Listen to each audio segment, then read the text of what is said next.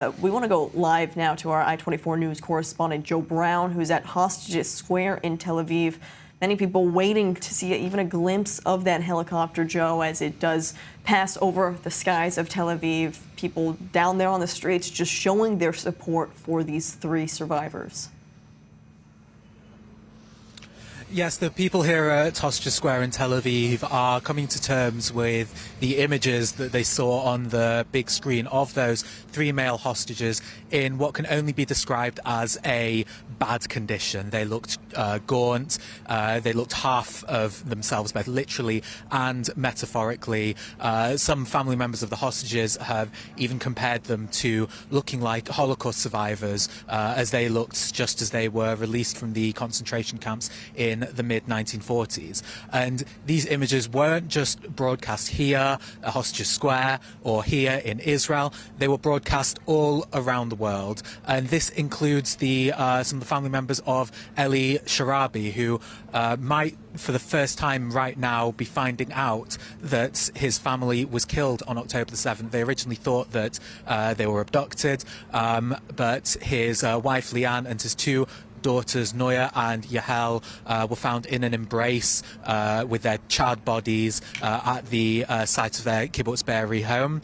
The family of Leanne Sharabi, the Brisley family in Bristol in southwest England, was most likely watching these images with mixed emotions. On the one hand, they are grateful to see Eli back, no matter what condition he is in, but they are still, it brings them back to that day, October the 7th, the fear of not knowing what's happened to their family, and then that day a couple weeks after that when the IDF confirmed that they were killed on that day. And we were talking in that package before me about the dual nationality of Ohad Ben Ami, and a lot of the hostages do have a dual nationality, including some of the 76 who are in captivity right now, such as Sasha Trufanov, who is has Russian citizenship, and Hamas said that his release was a priority. A lot of people in Israel were expecting him today.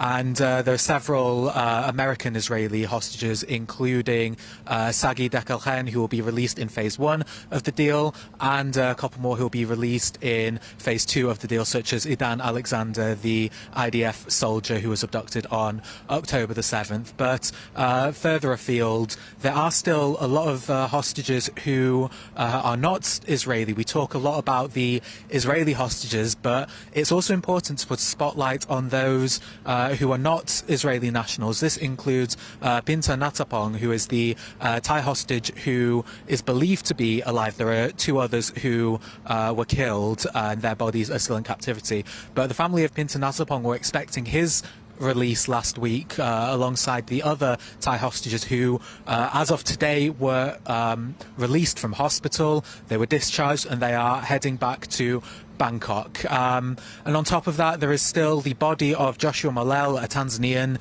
citizen, and Bipin Joshi, who is a Nepali, who is believed to be alive. And whilst we are talking about the Israeli hostages who are going to be released as part of phase 1 or even phase 2 of the deal, it's important to keep the memories of these foreign workers who were working in the agricultural sector on the Israeli kibbutzim on October the 7th when they were abducted. They have nothing to do with Israel. They're not Jewish. They don't have any strong Zionist feelings. They were just here to earn a wage to send back home. So it's important to keep their memory alive and hope that very soon they will be released from their hell.